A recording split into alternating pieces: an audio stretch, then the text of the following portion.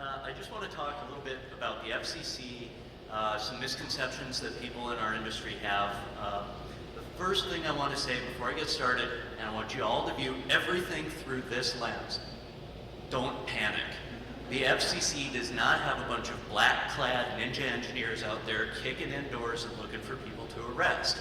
But as open source hardware grows in size and prominence, this is something that we all need to start being aware of and we need to take into account as we bring more products to market. The next thing I want to point out is that I am only going to talk about the FCC, which means only about rules for the United States. The EU, China, Canada, not the 51st state, contrary to some people's opinions, Brazil, and Russia, Japan, you get the idea. These guys all have different rules, different things that you have to do, different sets of tests that you have to run before you can sell products in those countries. Some of them are a little touchier than others about what they'll sell and what their rules are. Some of them have reciprocal agreements allowing testing in one country to be accepted in another. But for today, only going to talk about the FCC. If you only remember one word from this presentation, I want it to be authorization. It's a crap word for the concept that we're talking about here because it makes it sound like you actually have to have somebody that tells you, yes, your device is authorized. That's not always the case, and I'll touch on that in a little bit. But before most electronic devices can be sold in the United States, they require some form of authorization from the FCC in order to be legal. To better illustrate how that affects us as a group, I'm going to talk about some of the myths that I've heard as I've been going over this for the last couple of years.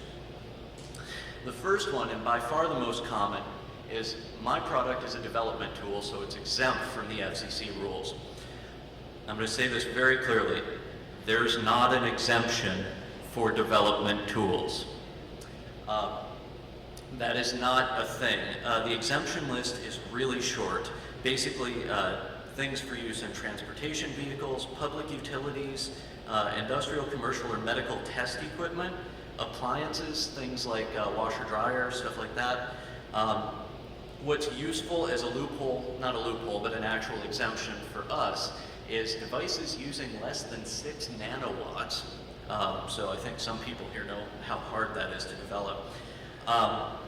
And then the other really useful one is devices operating at a frequency below 1.705 megahertz. I don't know where that number came from. And operating on batteries only. Also, sub-assemblies, so like stuff, a lot of you are probably familiar with SparkFun products, things like a breakout board that is just a circuit board that has an accelerometer on it. That is a sub-assembly. FCC doesn't care about that. Their point is that that will be tested when somebody builds it into a final product. The other thing is things developed for home use, not intended for sale. So long as you use good engineering practice, whatever that means, their term, not mine, and you don't build more than 5 for personal consumption, knock yourself out. The next one, the idea that I'm not using radio, for instance, like a radio control device or something like that, so there's nothing I need to worry about.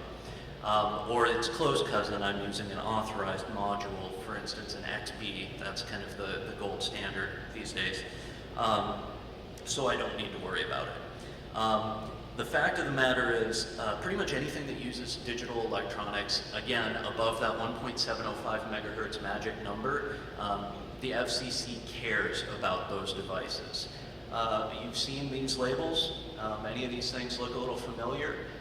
These things are indicators that the device in question, either the device that the manual that you're currently reading refers to, or the device with the label actually on it, has been tested to comply with the limits set forth by the FCC to ensure that it's not going to cause trouble for other devices.